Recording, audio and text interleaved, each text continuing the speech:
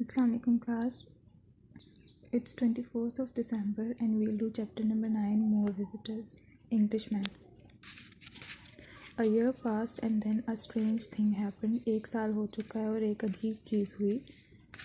I was asleep in my tent one morning. एक सुबह मैं अपने टेंट में सोया हुआ था. When Friday came running into me and called. Friday भागता हुआ मेरी तरफ आया और कहा, master master. They have come. Master, master, वो लोग आ चुके हैं. I jumped up and went out as soon as I could get clothes on. मैंने छलांग लगा के बाहर गया जितना जल्दी मैं कपड़े पहन के जा सकता था. I was surprised to see a small sailing boat. वो बहुत सरप्राइज था, वो बहुत चौंक गया एक छोटी बोट को देखकर. कमिंग टूवर्ड्स द बीच की तरफ आते हुए. I called Friday in. उसने फ्राइडे को अंदर बुलाया and told him to keep out of sight. और उसको नज़रों से दूर रहने का कहा. We did not know yet whether these people were friends और एनिमीज़. वो भी जानते नहीं थे कि ये लोग दोस्त थे या दुश्मन थे. I want to get my telescope. वो अपना टेलीस्कोप लेने गया. I took out my ladder and climb to the top of the hill. उसने अपनी सीढ़ी निकाली और पहाड़ी के ऊपर चढ़ गया. Where I could get a clear view without being seen. जहाँ से वो उन लोगों का एक क्लियर तरीके से मतलब व्यू देख सकता था बग़ैर ख़ुद नज़र आए किसी को. I look through my telescope and saw a ship at anchor about 3 miles from the शोर.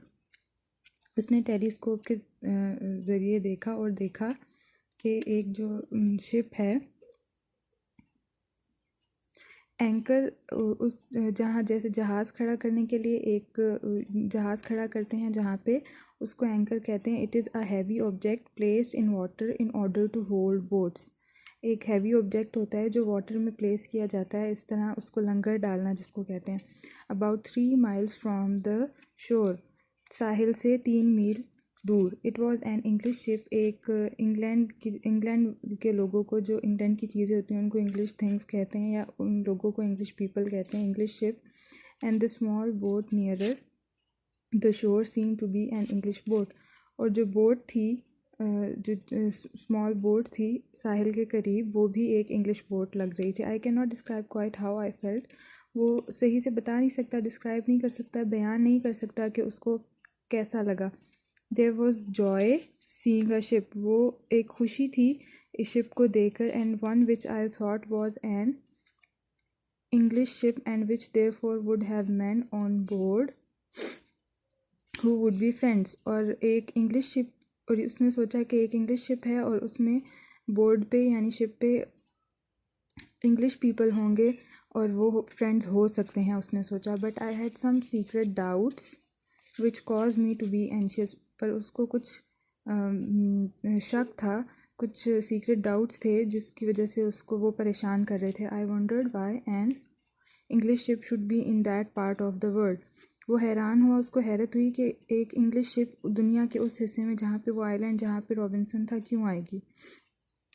It was not on the way to or from anywhere English ships usually sailed. वो ऐसी जगह नहीं थी जहाँ से इंग्लिश शिप सेल करती थी या जहाँ तक इंग्लिश शिप सेल करती थी normally. There had not been any storms to drive the ship to the island. और ऐसा कोई तूफ़ान भी नहीं आया था जिस तरह रॉबिन्सन जिस वजह से आइलैंड पे फंस गया था, ऐसा कोई भी तूफ़ान नहीं था जिसकी वजह से मजबूरन उन्हें यहाँ पे लैंड करना पड़ा. If they were really English it is probable that they were here for no good purpose. अगर ये लोग वाकई इंग्लिश पीपल थे तो ये पॉसिबल है. Probable means possible. I have already told in the previous chapter कि वो लोग वहाँ पे किसी अच्छे मकसद के लिए नहीं थे. I thought I would rather stay on my island than be taken prisoner by thieves और मर्डरर्स. उसने आइलैंड पे रहना प्रेफर किया इस बात से कि उसको चोर या डाकू या कातिल वहाँ से ले जाएं कैदी बनाकर. After a while I saw the boat draw near to the shore. थोड़ी देर बाद उसने देखा जो बोट थी वो साहिल की तरफ आई. They landed about half a mile away from me, और वो रॉबिन्सन से 1 मील के फासले पर उन्होंने लैंड किया, वो वहाँ पे रुक गए.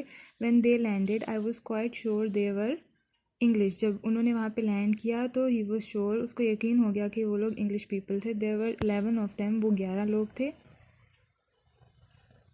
आई saw that 3 of them had no weapons. उसने देखा कि 3 लोगों के पास कोई भी वेपन्स नहीं थे, कोई गन, कोई नाइफ, कुछ भी नहीं था. एंड वर टाइड विद रोप, और रस्सी से बांधे हुए थे. When 4 or 5 of the others had jumped ashore, जबकि 4 या 5 लोगों ने jumped ashore means on the shore, साहिल पे बोट से जंप किया. They took the 3 prisoners out of the boat, और बोट से उन्होंने 3 कैदियों को निकाला. I was quite puzzled at the sight. Puzzle mean confused. वो बहुत confused था ये सारा नज़ारा देख के. And had no idea what the meaning of it could be, और उसको कुछ समझ नहीं आ रहा था कि इसका क्या मतलब हो सकता है, ये प्रिजनर्स कौन है और ये जो लोग जिन्होंने इनको पकड़ा हुआ ये लोग कौन है. वो बहुत कंफ्यूज था. आई स्टूड देयर, वो वहाँ खड़ा हुआ, शेकिंग विद हॉरर, खौफ से कांपता हुआ, expecting to see the 3 prisoner killed at any moment, और उसको ये लग रहा था उस वक्त कि ये 3 जो कैदी हैं ये किसी भी वक्त मारे जा सकते हैं. When I saw one of the seamen raise a large sword to strike one of the poor prisoners, my blood ran cold. जब उसने देखा कि सी मैन जो थे, जो 11 आदमी थे जो प्रिजनर्स लेके आए थे, उनमें से एक ने अपनी तलवार जब उठाई, स्ट्राइक मीन्स टू हिट, उसको तीनों कैदियों में से एक कैदी को मारने के लिए, माई ब्लड रैन कोल्ड, उसका खून एकदम ठंडा हो गया. खून ठंडा होना मीन्स वो एकदम डर के मारे, खौफ के मारे कुछ और सोच ना सका. Then the seamen ran off inland as if they wanted to see the island. तो जो इनलैंड होता है that is remote from the sea, यानी समंदर से थोड़ा दूर इलाका, वो वहाँ से आइलैंड की तरफ आए जैसे कि वो आइलैंड को एक्सप्लोर करना चाहते थे. The 3 prisoners were left to walk about as they pleased, but all 3 sat on the ground looking very unhappy. वो तीनों कैदियों को छोड़ के चले गए, जा चुके थे, लेकिन वो तीनों जो कैदी थे वो ग्राउंड पे बैठे हुए थे, ज़मीन पे बैठे हुए थे और बहुत ही उदास थे. It was high tide when these men came ashore. Tide means current और flow और tendency of water, यानी पानी का चढ़ाव बहुत ज़्यादा था, बहुत तेज़ फ्लो में था पानी जब वो लोग साहिल पे आए. While they were talking to their prisoners, and afterwards while they were walking about to see what kind of place they were in, the tide started to go out. जब वो अपने prisoners से बात कर रहे थे और आपस में बातें कर रहे थे कि ये किस किस्म की जगह है, तो इस दौरान पानी का चढ़ाव कम हो गया, पानी की टेंडेंसी फ्लो कम हो गया. Soon the tide was right out and their boat was left lying on the sand out of the water. जैसे ही पानी थोड़ा नीचे हो गया, पानी कम हो गया, तो उनकी जो बोट थी वो पानी से बाहर थी, यानी पानी जा चुका था वहाँ से, और उनकी बोट सैंड पे थी. अब there were 2 men still in the boat. These men I found out afterwards had drunk too much brandy. Brandy is a kind of drink. उन्होंने बहुत ज़्यादा कोई शराब किसी किस्म की पी रखी थी और इसकी वजह से, और वो 2 आदमी अभी भी बोट में थे. एंड हैड फॉलन asleep, जिसकी वजह से, नशे की वजह से वो सो चुके थे. One of them however woke up, जबकि एक उसके बाद जाग गया. Finding the boat too far out on the sand for him to move it, और उसको लगा कि जो उनकी बोट है वो बहुत ही ज़्यादा पानी से बाहर है, सैंड पर है, और उसके लिए बहुत मुश्किल था उसको पुल करना. ही शाउटेड टू दी अदर्स, उसने अदर बाकी जो उसके साथी थे, जो बाकी उसके सीमैन जितने भी थे, उनको बुलाया. Soon they all came back, but even with everyone pushing and pulling, they could not get the boat back into the water. बाकी लोग भी वापस आ गए, लेकिन बोट को खींच के भी वो लोग सब के सब उसको पानी की तरफ नहीं ले जा सके. It was very heavy and the sand was soft and wet.